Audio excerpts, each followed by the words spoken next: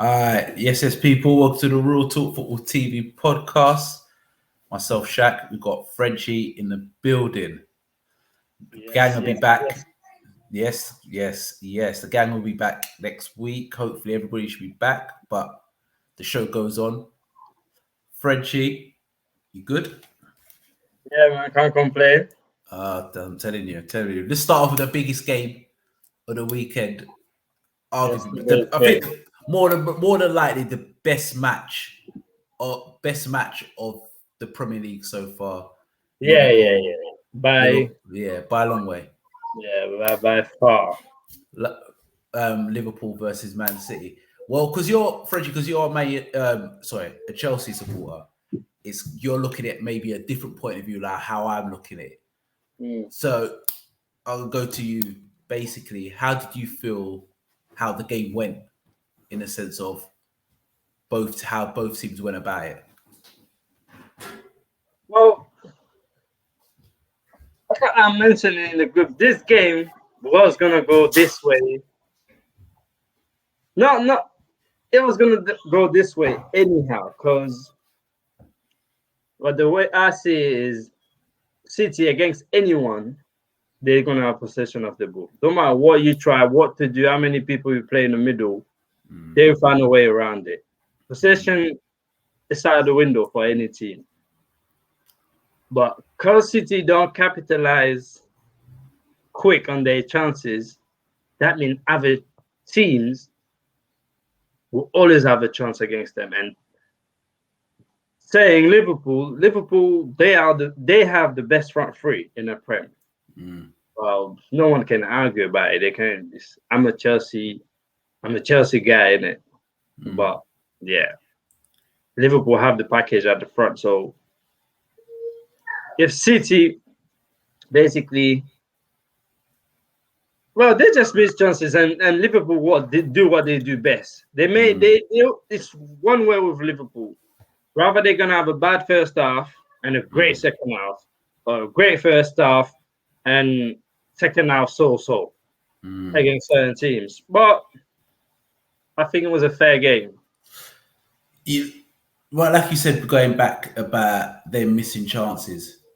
If Man City had a striker, i.e. Harry Kane, just a ruthless striker, do you think the season they would have not walked the league, but massive favourites? Because I've watched them now against Liverpool first half. First 10 minutes, 15 minutes, Liverpool were good. After that, it was domination from Man City. Yeah. You look at them at PSG, I think they were the better side. I think they dominated that game and just got hit on a counter-attack by PSG. And they were dominant against Chelsea. They had a striker. They could have easily won all three of them games. Yeah, they could have, but they don't. That's the main problem. Really, I think Man City they causing themselves problems. Or they have one missing piece. Again, it was like us last year. We had a striker missing. We got one now, but now there's other issues popping up. But City, they don't have the striker, but they cause you all sort of problems. So that's the only missing part.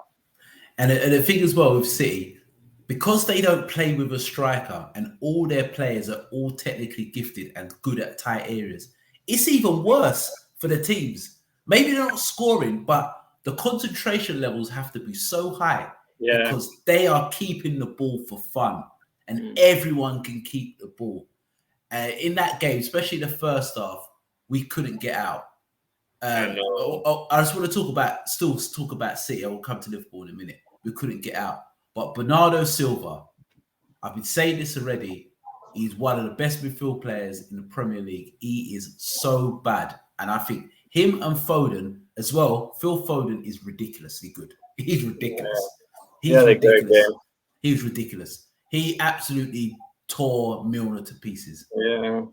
We see it coming. Number one, like Milner, okay, he had a good game against Zaha, right? Against Palace. Very good game, but also we know Zaha, and we know how he's not consistent with it. But you gotta give it to Milner. But I think 2 games like this, back to back against players like this, trust me, it's It's tough. It's tough. yeah, it's tough. And Foden right now is doing well. So, Yeah, he's ridiculously good. Ridiculously good. but like why Milner? And you got enough defender. So Gomez could have played there. yeah, Gomez could have played there.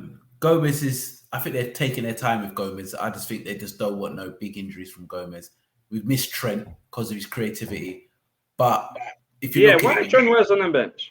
Trent was injured. Trent's injured. Okay. But you look at it, Trent was injured, and Milner had 2 good games against Palace and Porto, and we didn't keep a clean sheet against Porto, but we kept a clean sheet against Palace, and he kind of clamped Zaha, and he played well against Porto. And I know Man City's a different kettle of fish, and he struggled, and it kind of Foden showed why Milner's not a right back physically, and he showed that he's like a 36-year-old Yeah. 36-year-old man Yeah.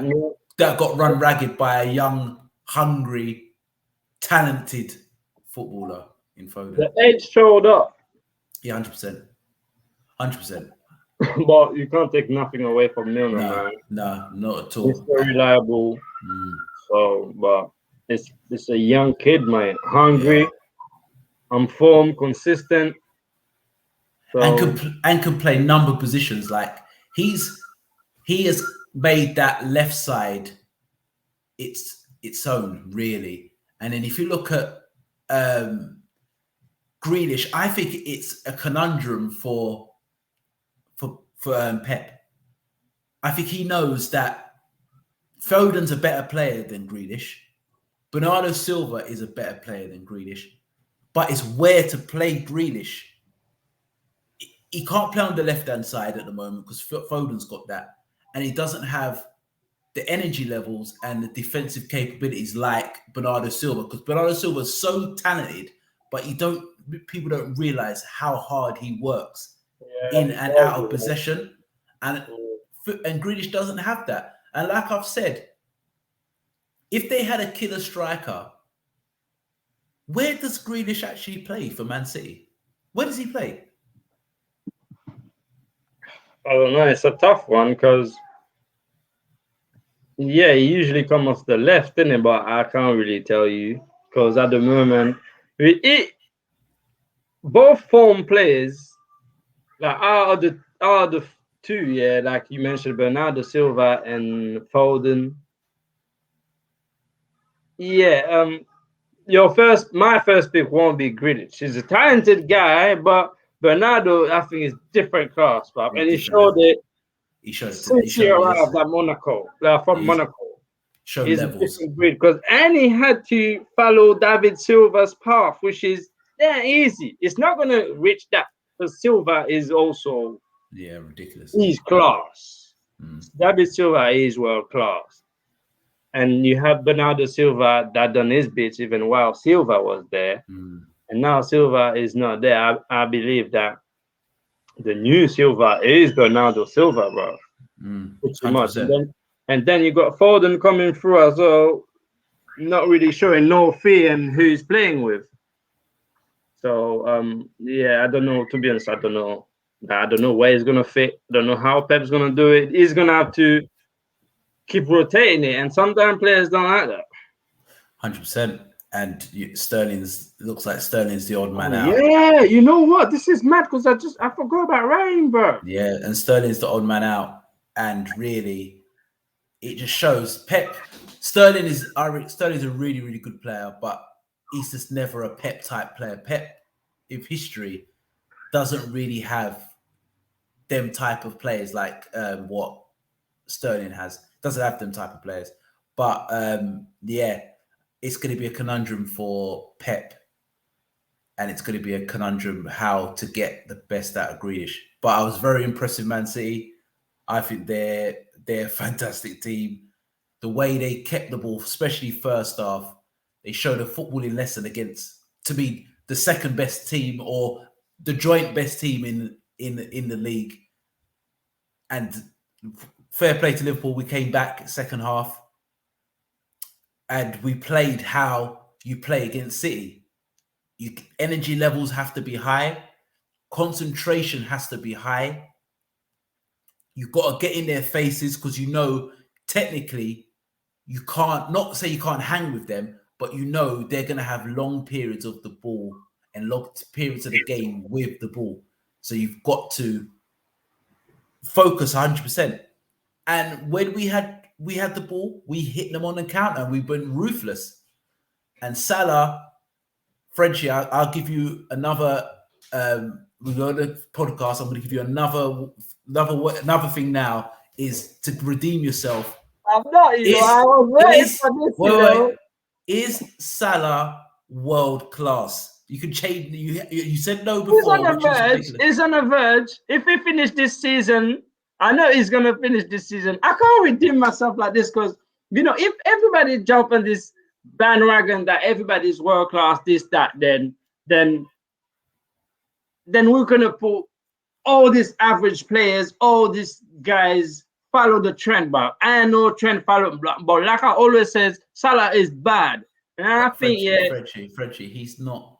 This ain't a trend setting. This ain't following the fashion, bro. Yeah, this is the best. Can I say something? Yeah. Go on. Even before Salah started fighting, his first season, yeah, like at Liverpool, he had obviously all this season he's been bagging goals from you guys, right? But since the first season he arrived, he had a great season.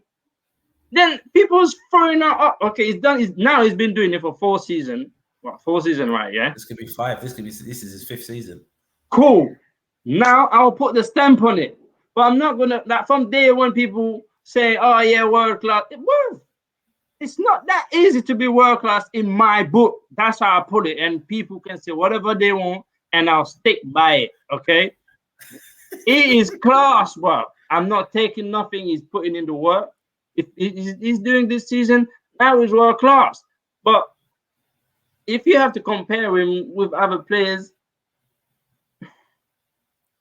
bro. Not in this era. But that's what I'm saying. So that's what I'm saying, Frenchie. You can't compare him to. Yeah, I'm not doing that. It's like Salah comparing Salah to Brazilian Ronaldo. No, we're comparing I'm not doing that. We're comparing to these crop of players, and like the way Salah's playing, and this was from last season. I'm telling you, Nico, Frenchie. I'm telling you, he is the best player in the Premier League right now. And if people say De Bruyne and all these other players like Van Dijk's world class, then Salah is world class. Personally, at the moment, I don't think there's a better player in Europe right now playing better than Salah. This reminds me of 2017, 2018 Salah when he scored 40 plus goals, the way he's playing. Like that goal we scored, that second goal for Liverpool, what he scored was ridiculous.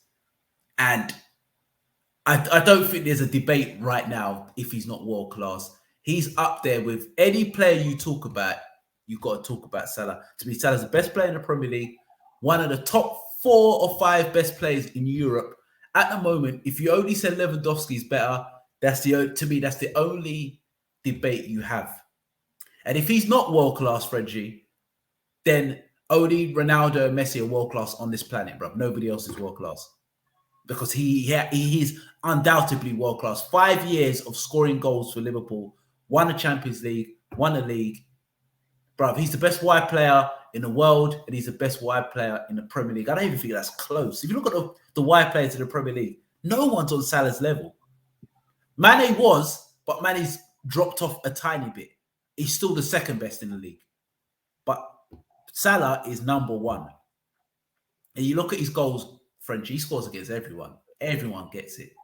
He don't discriminate. Don't discriminate when he plays, when he scores goals. I'm not. Listen, like I want to say, I'm taking nothing away from him, bro. Like, and his class. The guy is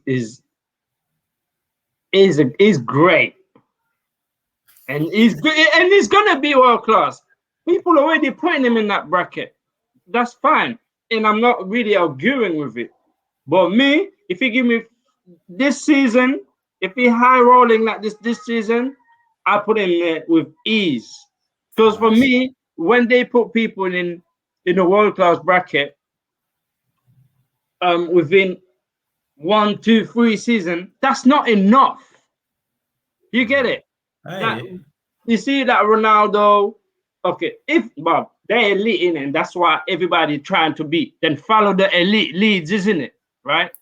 They set the pace, follow it. We're gonna say, oh yeah, they are alien. They're human beings, they're footballers, Bob. Frenchie, you can't. That's what I'm saying. That's the thing is, it's unfair for players to compare them to Messi, Ronaldo. You can't. No, let me finish. You can't compare Salah to peak Messi, peak Ronaldo. These guys, you compare Messi, Ronaldo to Pele, to Maradona, to Brazilian Ronaldo, Ronaldinho, Zidane. That's a different level. That's what you compare them to. You can't say Mbappe. When I hear people say, "Oh, Mbappe is never going to be as good as Ronaldo or Messi," he shouldn't be. These guys are one-off players. You've got to move them to the side and not talk about them, and just look at in this current climate right now. Salah is at the top of the tree with Lewandowski when it comes to world-class players. And he's been doing it for... Go on. No, I was going to say, I totally agree with you. But what I was going to say is, I'm not really comparing Salah and Ronaldo and Messi. I'm just saying, if you want to get to that bracket, yeah, well, close to that bracket, not it there, close to this bracket, I mean, is the time period you've been doing it should be longer. You can't put people in this bracket of greats, world class within 3 seasons. Within, this guy done it for long.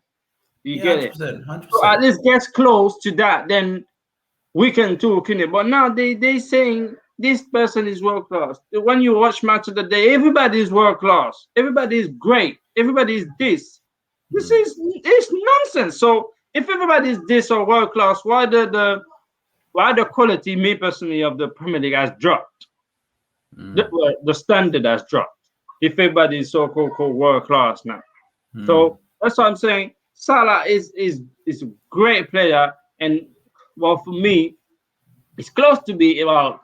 Let's say if he bags this season, which I presume is gonna do, because he's done it for 4 seasons, yeah. Then is in there.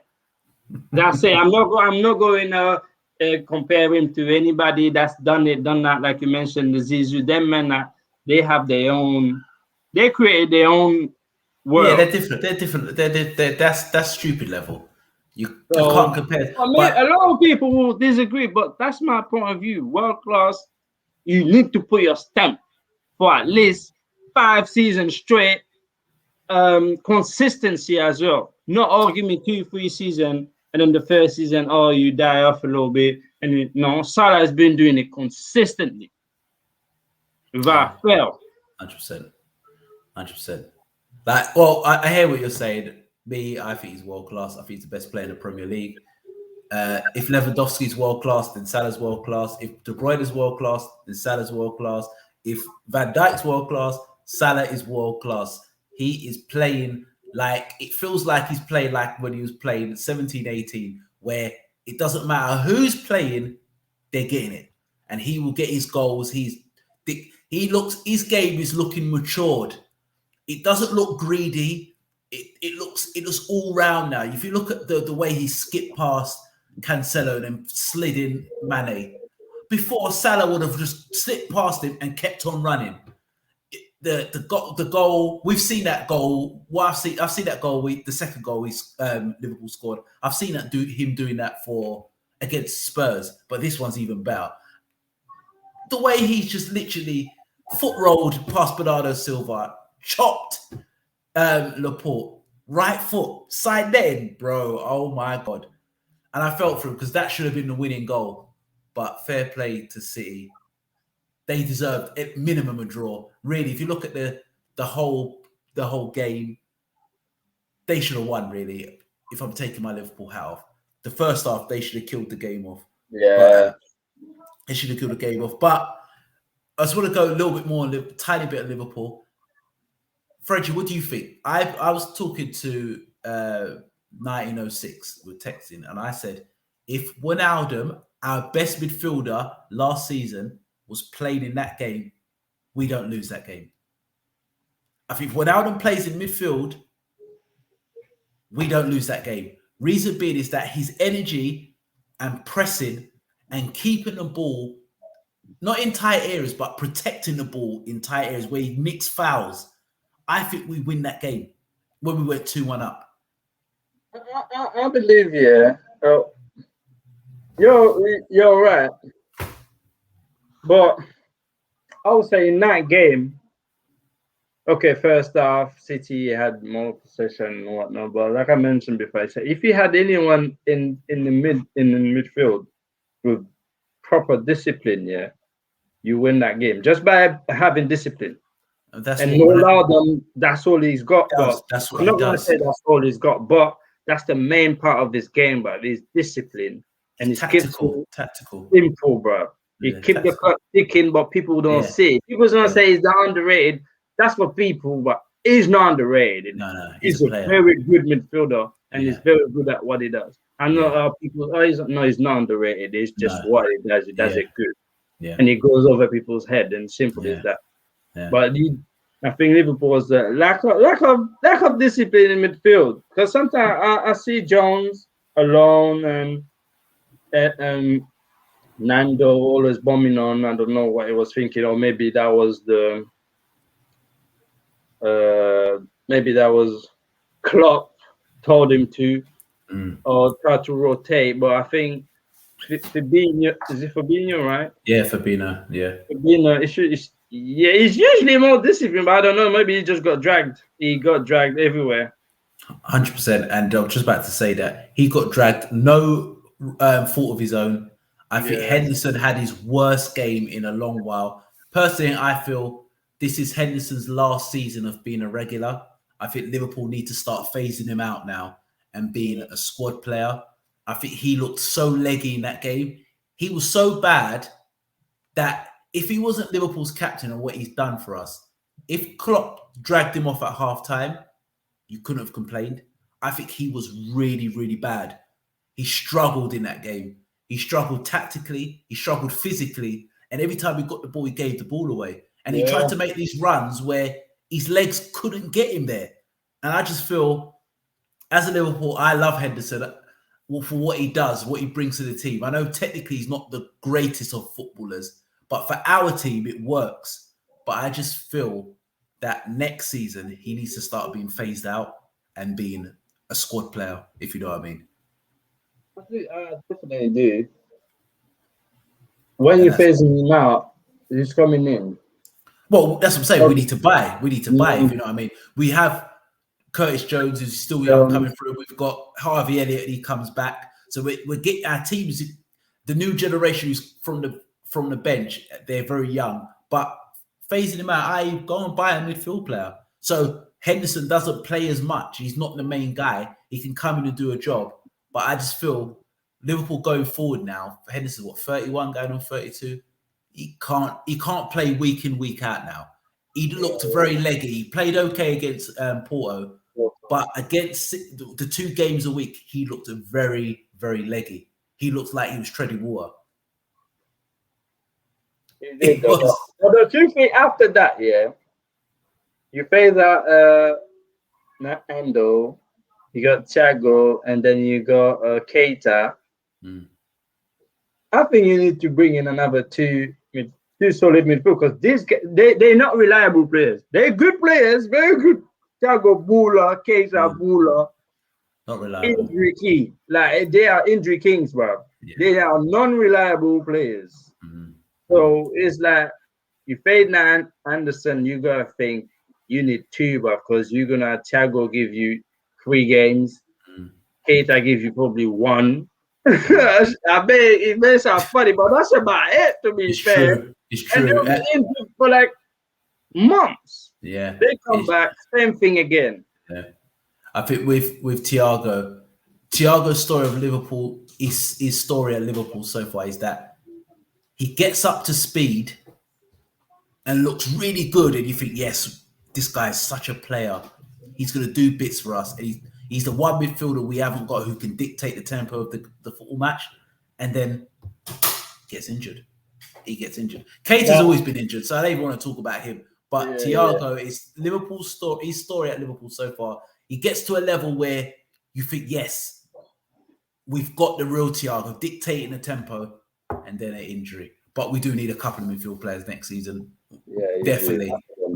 But that even your front three, you're gonna have to start thinking about at least one more.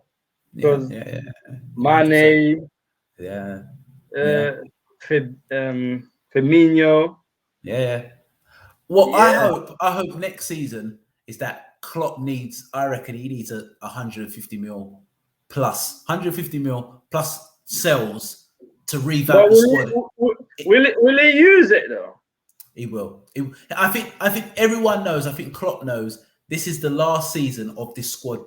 With this group, innit? Yeah, being together. If it stays together again next year, they will maybe just about get top four. Just maybe Salah gets them top four because of his goals. But it's just this team's been together for so long. Sometimes it just needs breaking up, and you need to know at the right time. Ferguson was the king of breaking up teams at the right time and making them hungry and fresh again to win trophies. And I feel that this is the last season with this crop of players at Liverpool. But you can't be too radical though, because your back four is still can stay together, and you still got good replacement coming through as well. Because I believe this boy Konate, very good. He can play across the back. You see, I'd really see him as the Koulibaly, the young Koulibaly, because I think he can play right back. He's left-footed, so he could play left back. Left back, second position, bro. Like you never know now, because it looks like he's confident on the ball, he's quick, he's strong. And the thing is as well, like I was saying, it's not like I want any of these players to leave. I don't want Mane to leave. I don't want Salah to leave. I don't want Firmino to leave. What I want is that they all stay, but we just bring a couple of younger players. And like when Bayern Munich had Robben and Ribery, they never left, but they just didn't play all the time. But when they did play, they done bits. And that's what it is. That's what I want to see. I don't want to see Mane leave. I don't want to see Salah leave. I don't want to see Firmino leave. I don't want to see none of them leaving, but just bring in 2 or 3 younger players, and they just slyly just ease them in, and the next minute they're phased out. And that's how football is. It's not personal. It's straight business if you want to win. And that's what Chelsea do. That's what Man City do. But as a player, if you're honest with yourself, you're like 32, 33. You can't expect to start. You are in the top 3 team in the league, innit? But you can't play every week. You can't. Impossible. But that's what I feel Liverpool need to do next season. But great game. Personally, I think they're 2 of the best teams in the league with Chelsea, but that was the best game of the season so far. And I think it's going to be a straight shootout between the top 3, which will be Liverpool, Chelsea, and Man City. Just going on to Man United, drawing 1-1 with Everton. Lucky Tobias is not here. You gotta give credit to Everton though. Rafa, excellent. Go on. Rafa did his homework, and I think Holly trying to mock him. He's just trying to mock him off, and he just backfired. Only got a social made 6 changes for no reason.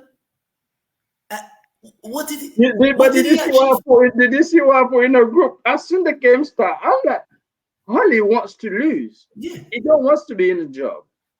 That started in 11. Yeah, Frenchie, he made 6 changes. He was going on like there's going to be a game next week. It's internationals. Next week. So he made 6 games.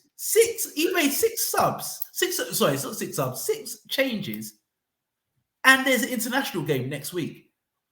And he's played against not a rubbish side in Everton, a really good side who And only Everton lost had one missing game. pieces as well, though. Yeah, Everton had like 3 of the key players missing. missing. Richarlison, Calvin Calvert Lewin, Lewin, and Coleman, Seamus Coleman. Thomas Coleman.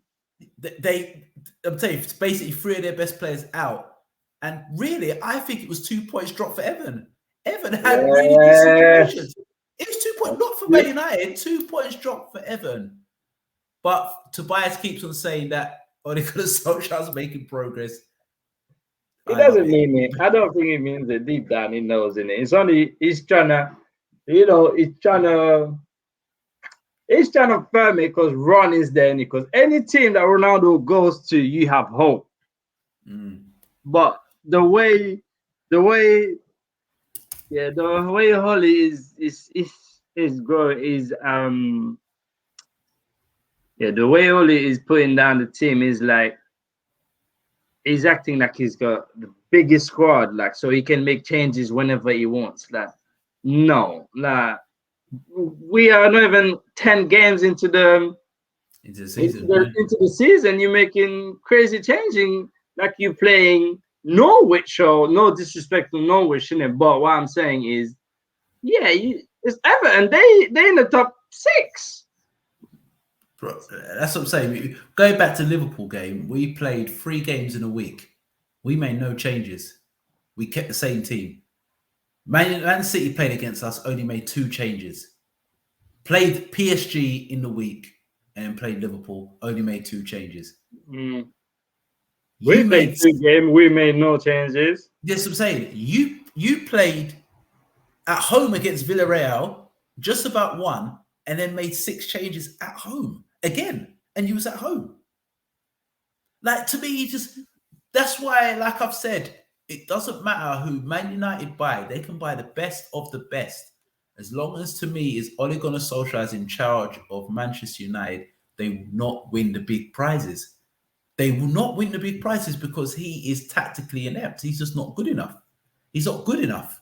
He's a poor manager. You look at it, Frenchie.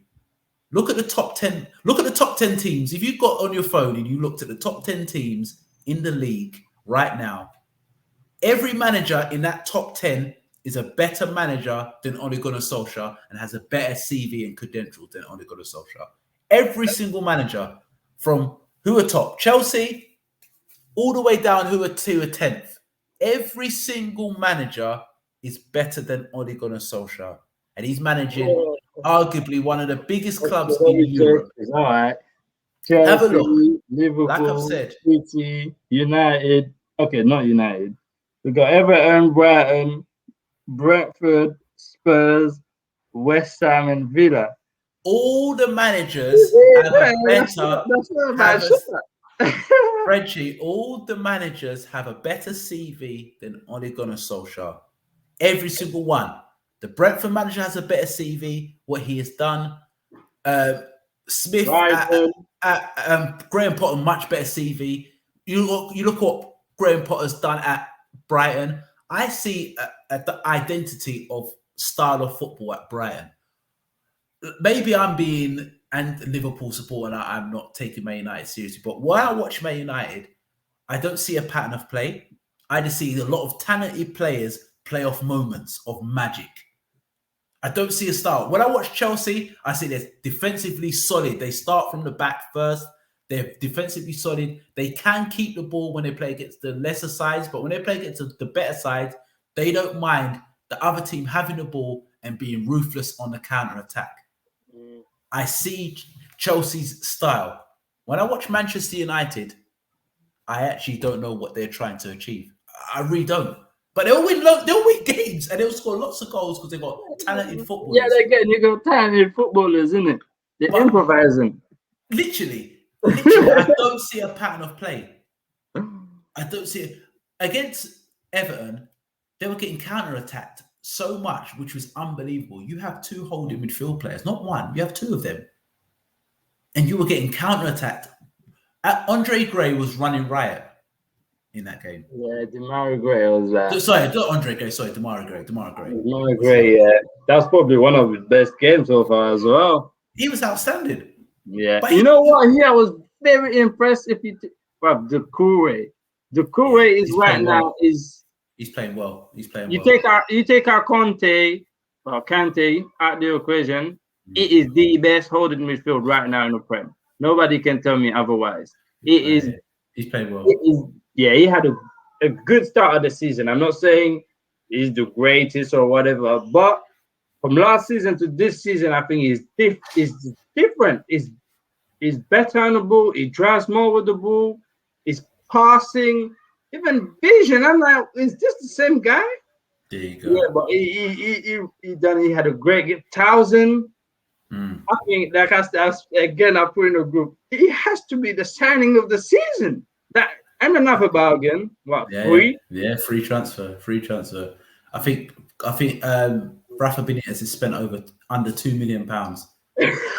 Under 2 mil. Under 2 mil he spent. Oh, And he's done. madness. And Man is sitting, what? It's sitting, okay, it's still early, 7 games. And what? Man sitting 5th, spending 2 million. There you go. That's what happens when you have elite managers. So you have a world-class manager. He's world class. He's world class. He's a world class manager. If Rafa, it never happened. If Rafa had Man United, I would be fretting. Yeah, If he had Man United squad, I will be fretting because they are serious contenders for the title. But as long as Ole Gunnar Solskjaer, they'll be up there, Frenchie. They'll be up there. They will be doing well. They must even be top. When February, March, April, May hits, when it's the real crunch, when last 15 games, last 10 games of the season, they will fall away because of their manager, because he's just not good enough. And Man United fans, please, like if you're watching this, guys, please get in the comments. Prove me otherwise. At the moment, what I see as a Liverpool supporter, when I watch Manchester United, I don't see a pattern of play. I don't see what you are trying to do. I see a lot of talented footballers with top quality who've got loads of moments in the game, but I don't see a style of play. Even Frenchie, we were talking about in the group. I was talking about even Man United signings. Yeah, they've been great signings, but they're just the typical signings, if you know what I mean. There's no fault in their signings. Like when Liverpool signed Jota, it was a shock, but you understood the signing. You understood it. He's a typical Klopp signing. He's quick. He can run in behind. He scores goals. He can press, and there's room for improvement. That's a Liverpool signing. That's a Klopp signing. He likes guys who are fast, especially if you're playing in the final third. He wants people who are fast. He wants you to make penetrating runs in behind. He wants you to have a goal in you, but he wants to improve you. He wants you to be young enough so you can improve and get better. When I watch Man United signings, this is no thought process. They're just like, yes, Varane, he's available, one of the best defenders in the world. Let's buy him. That's what it feels like. It doesn't feel like no thought process goes into their signings. They don't track players and think he suits our system. Like Jadon Sancho, I think he's a top player and he will eventually come good. But he's never a Liverpool signing, if you know what I mean. Yeah. Klopp will never have signed Sancho, even if he was available and he had the money, because he doesn't fit the profile of a Klopp player. Top player, but doesn't fit Liverpool's style of football. He would slow the game down. If we're playing penetrating runs, he would get the ball and want to probe, if you know what I mean. You can see him play for City. Do you think it just feels like, I'm not saying that's what United are doing, but for me, the way you put it, it just feel like United's are going after name branding. They just want to sell shirts for some reason. But Sancho is a very good player, and there's more to come. He's a branded player. He's a star. He's a star. Pogba, brand star, run different class, mega star, and Varane, superstar as well. So that's just name branding sales basically in the shop. That's it. Like even if Klopp had the money to buy Ronaldo, he would not have bought Ronaldo, if you know what I mean. Yeah, because it won't fit. It doesn't fit the mold of a Liverpool player. Like Man United buy players. To me, it doesn't, even if they fit the mold or not. If they're Yeah, top yeah. players and they're available, we will get them. Like Mm. with Chelsea, yes, Lukaku is a big name, and people might say, "Oh, Yeah, but it fits. it fit." That's what I'm saying. Chelsea historically always had a big, strong number 9. If you look at the years of, they've always that is Chelsea's identity. They always had a big target man who scores lots of goals. Yeah. If you look over the last 20 years, all the number 9s have been strong, can hold the ball up, can run in behind, and scores lots of goals. So you know their identity of. But Man United, I just don't see no sort of identity what they're They've trying to lost it though. profile. They have lost it since Fergie lost. Since Fergie, retired. It's they've lost it, and like you said, that at the moment it's not lack of talent. It's just it's just the coach is not up to standard. No, he's not. He's not. He's not the required standard for Man United to win in leagues and Champions Leagues. Long may it continue as a Liverpool supporter. One less club to worry about. But as a disappointing result for Man United, Yeah, it was. But kind of lucky that the other teams have drawn. But that's how it goes. But let's go to Chelsea.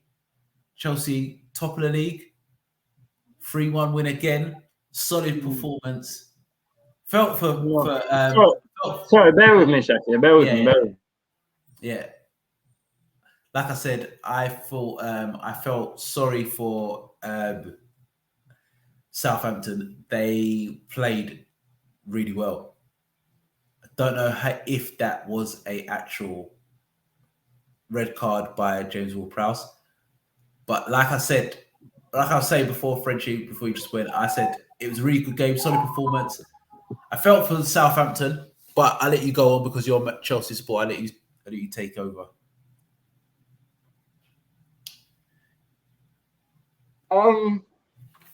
Yet again, man, I wasn't too happy about the performance. It's just I wasn't. Nah. So we're taking too long to kick in, and I wasn't happy again with the starting 11. And okay, well, you're not taking I'll take our Kante out this because obviously it's not fit, it's not 100%. But it's just we take too long to kick in. It's slow. We let certain we get teams too much confident in the beginning of this game, and then after that, we make things hard for ourselves. Let's put it this way: we just make things very hard, and yet again, it looks like already we're relying too much on the main man, Lukaku.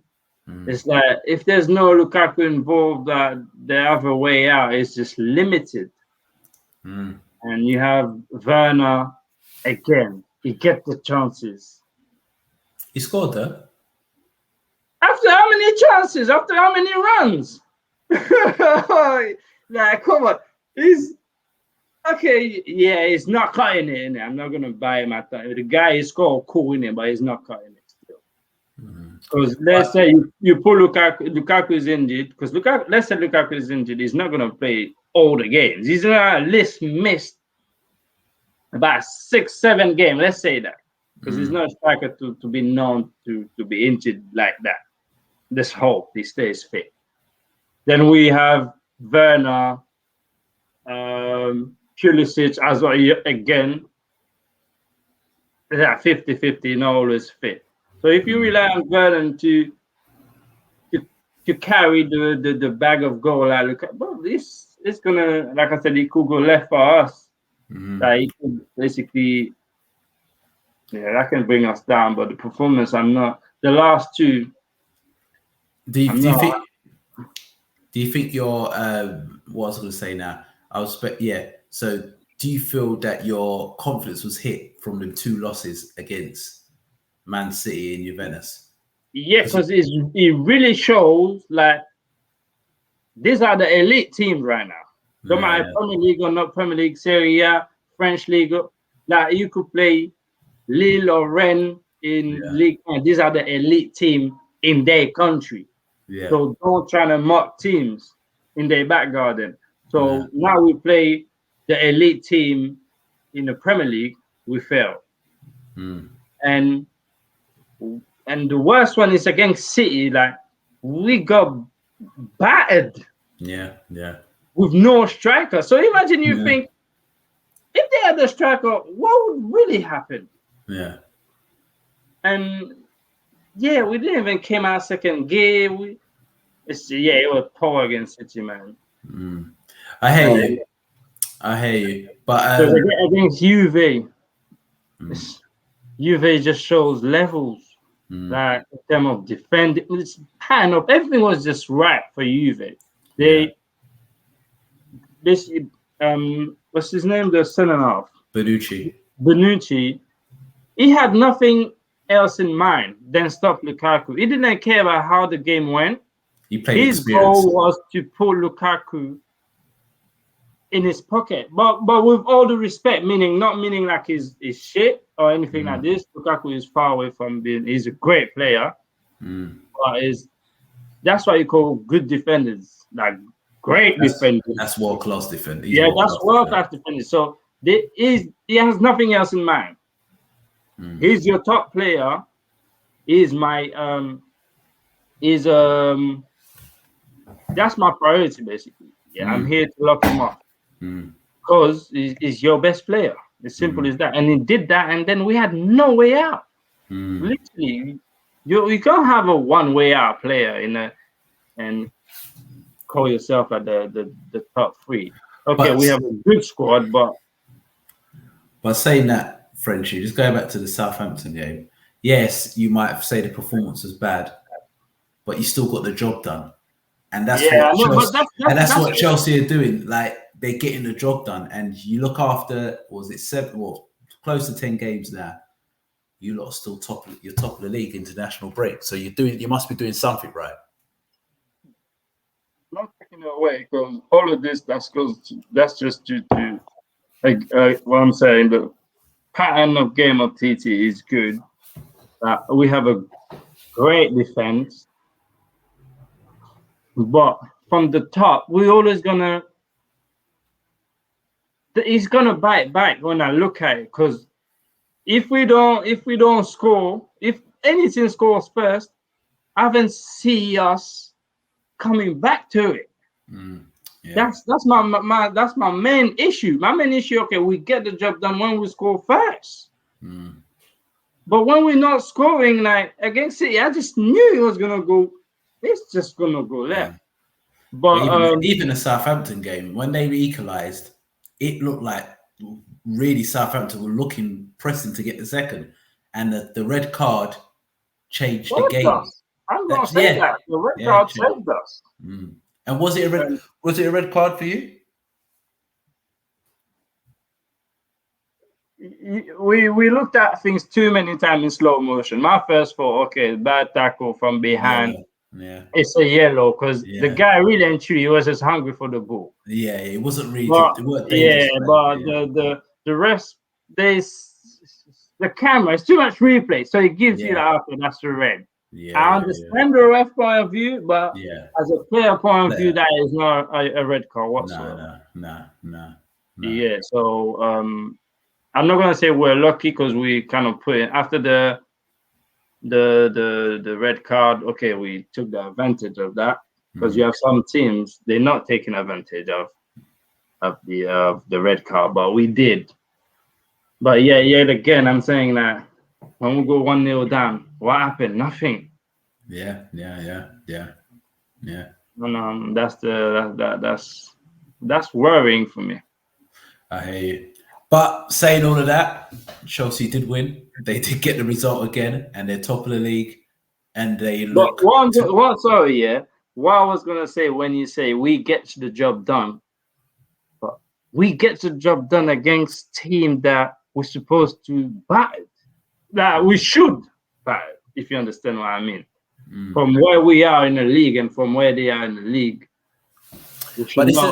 But this is the same Southampton team that got a draw against City. This is a decent Southampton side. Yeah, but that's the Southampton teams that goes with this mentality against the top four. So they will go to Liverpool and do the same thing, but they will be playing West Ham and get hammered by West Ham. Yeah. So it's a mentality. So that kind of. So let's put these teams out of the way now. If we do this against Liverpool, we'll probably get hammered 3-0 or 3-1. And if Liverpool scored first, yeah, that's the story to tell. But even if we go 1-0 down against 1-0 up against Liverpool, I still feel like, are we gonna have enough firepower for the 94th minute, 95th minute? Are we gonna defend against Liverpool? No, I don't think we can resist Liverpool back three. Well, we can hold Liverpool back front three for 94 minutes. Even we got great defense, but if Liverpool find holes, this player will find holes. So, but we said that in the last podcast. Are Chelsea over reliant on Lukaku? Well, I didn't say it the way you guys say it because we were flying in it. But on that first defeat against City, I said, yeah, like you cannot rely only on him. Other people need to step up as well while he's playing. Not only when he's injured. No, while he's playing, everybody need to get 2 goals, 1 goal, the front three, 2 goals. Forget about the midfield. Okay. The midfield can pop in there and there, but you need the people around him to score too, not just him. Okay, Bernard, that was his third start in a row because he started against City, Juve, and Southampton, right?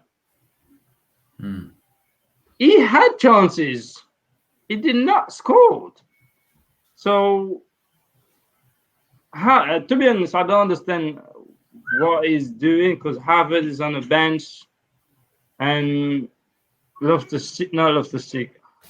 is playing, and I don't get that. I'm not gonna try to go deep into this, but I just don't understand it in it. This what he's trying to do. Like I said before, maybe he's trying to give them chances. Like, show me what you got.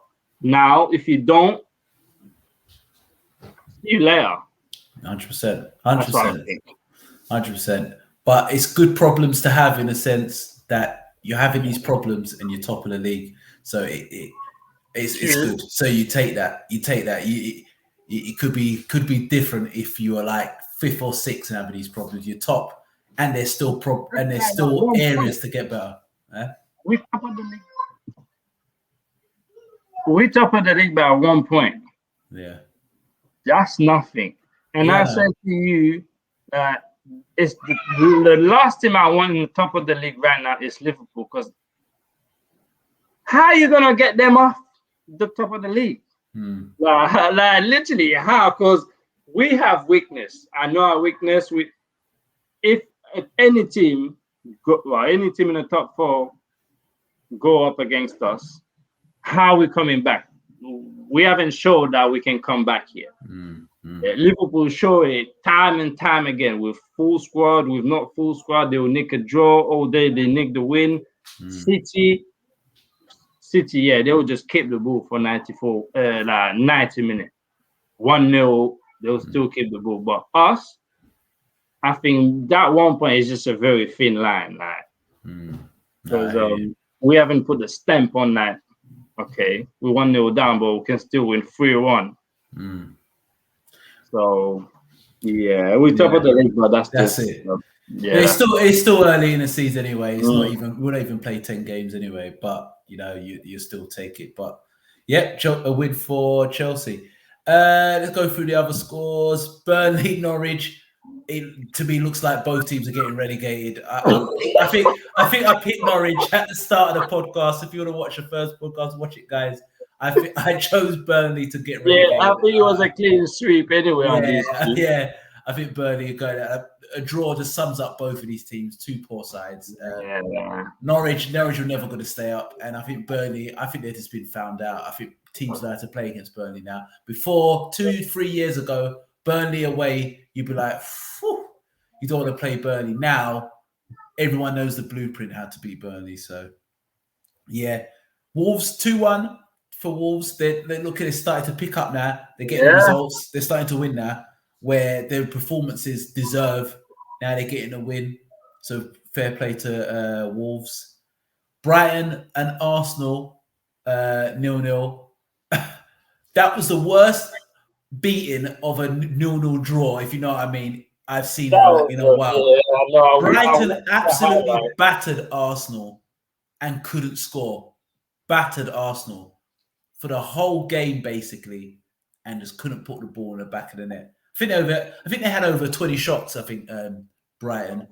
They absolutely battered Arsenal. And don't know how they kept a clean sheet. The day, and I watched the highlights on YouTube. Yeah. And yeah, Aubameyang touches looks like old Lukaku's touches. Yeah, it was like, oh my gosh, everything was just bouncing off him. I'm not saying, again, don't take it out the people that's watching or comment. Aubameyang is not, I never said he's terrible. That game, he was poor. Yeah. Period. Yeah. I think Aubameyang will still get his goals, but I think he's peaked. I don't think he's the same player he was maybe 2-3 years ago. There's not enough talent around him for him to shine anymore. Yeah, fair play. Could be. Yeah. I think it's just not enough the talent that he was expecting to come through, because Aubameyang is a name now. He's he's a big player, isn't it? Yeah. Right. Who came in this team is bigger than him? No one. Yeah. You need to bring big characters. Okay, you got young players, but that's the future. Mm-hmm. These big clubs, they want now. So you gotta bring a mixture of ready and the future. Arsenal, they don't have ready players. They got the future, and they got two decent youngsters that's showing up every week, which is Saka and is it Smith Rowe? Yeah, Smith Rowe. These two lads, you gotta give them credit. They're showing up every game. They look like senior players, and the rest is just they're just making numbers. But yeah. It was I felt sorry for Brighton. They should have won that game. And a good game on Sunday, Crystal Palace, Leicester. Yeah. I think that was a really good game. I think Palace absolutely battered Leicester and somehow were 2-0 down. Poor mistakes. I think it's from Anderson. But I like But I like what Vieira's doing. Yeah.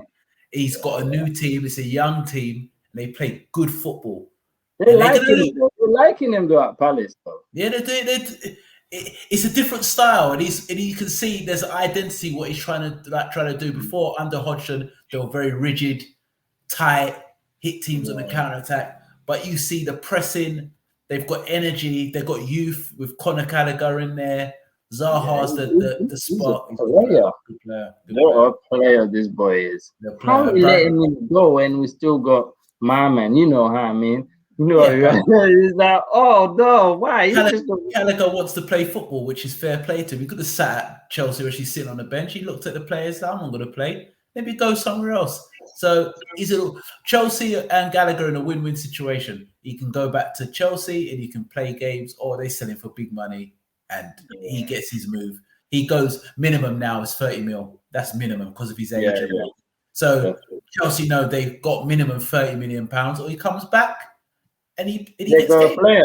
They got a player there. So, but then if he comes back, then you still got Mount, you got all of this. Unless you need to get we need to get rid of Deadwood if we're bringing him back. Markley has to go. Loftus-Cheek has to go. Hodoi has to go. Not in a bad way, but they had the time and they never shine.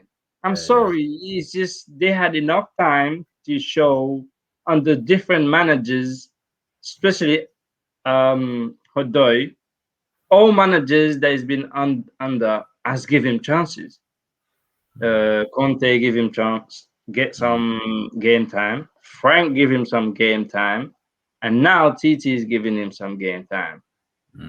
So, and it's just a 6 every week. I don't want to see 6 every week, man. It's not good. Go away. because he's got ability, and he knows he's got ability. But it's I don't know if it's comfort. I don't know what is it, but yeah, it's just cutting it for me. Yeah. Spurs winning 2-1. Well done for them. They stopped the rot, beating Villa. Yeah, they scrapped that win, but Nuno needed this. Yeah, he needed that as a big win for him. Yeah. The knives are out for him, but yeah, he steadied the ship. Another win for Brentford, flipping heck. They're just marching on. Brentford against a West Ham side who were decent, to be fair. Well, that is against the hot. This is not really, but yeah, they're just flying. Credit to Brentford, man. You can't say nothing. Wow. Well, I think we all called that. We said Brentford will stay up this season. Yeah, we did. I think if you watched the Championship, you knew. I used to watch them. I think, you know what, if they came up, they would cause a lot of teams problems.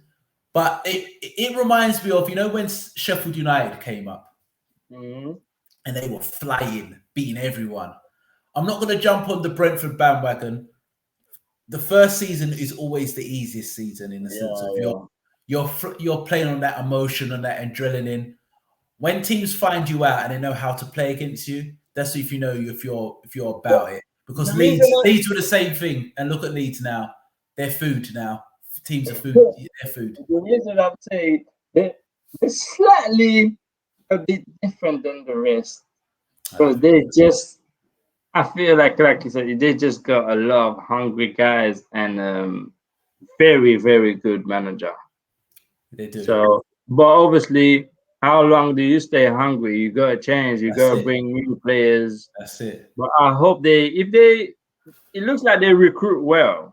So if they carry on recruiting, I don't see any reason they're not doing the same thing next season if they stay up, because they look like they're recruiting well. The coaches knows what he's doing. So yeah, but I like Brentford. I'll watch Brentford. You know what I mean? Don't matter who they play against. If it's not Burnley or whatnot, I'll watch Brentford.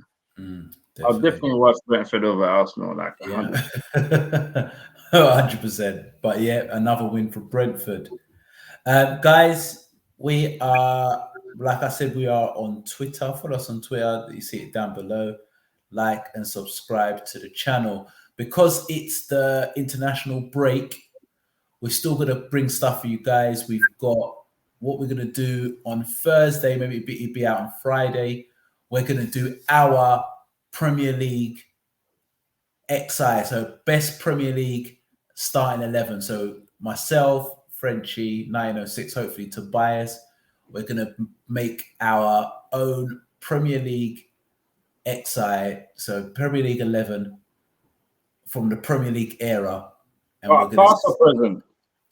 Past and present. So you can pick past and present. So from the Premier League. So the Premier League started, I think, is 1992. So all the way up to now. So pick you could have so from now you could pick your starting 11, plus you need 7 subs. And if you had to have a manager, pick a manager, So you've got from this to think about it, some great players from the Cantonas, the Drogbas, the Henrys, Van Persies, the Salahs. It's going to take me 2 months Suarez. to do this, bro. It's So too many players. So the Zolas. You know what? I think I can't even. There's some players that I know they're great, you know. Yeah. And I don't think I can put them in there because I'm not gonna say, oh yeah, I see him play. There's no right or wrong answer for this, but it's just your best players starting 11 that you've seen in the Premier League, you've seen in the era. So it doesn't mean I'm not talking about this person he scored the most goals in the Premier League like a Shearer, but he might not be. Some people will put this person in their starting 11 when they never saw them play. I'm not gonna do that. You know, I didn't see Zola play like that. I know he's a bad boy player, you know, but I didn't see him. So simple. I'm gonna put the people that you've seen. Yeah. That you've seen play. It doesn't matter about trophies, it doesn't matter how many goals scored. The best player, the best starting 11, plus his 7 subs, and we'll compare teams and we'll see how it goes. But yeah, that will be our next show. Our Real Talk TV panels Premier League, all-time Premier League starting 11 plus subs. So like I said, guys, like, follow, and subscribe to the channel. Says it out down below. Top right, subscribe so the channel can grow. Frenchie, you got anything more to say? No, just how long we gonna stay at top of the league? We'll see after the international break. So, guys, we are Real Talk TV, and we are out. Bless Frenchie. Oh.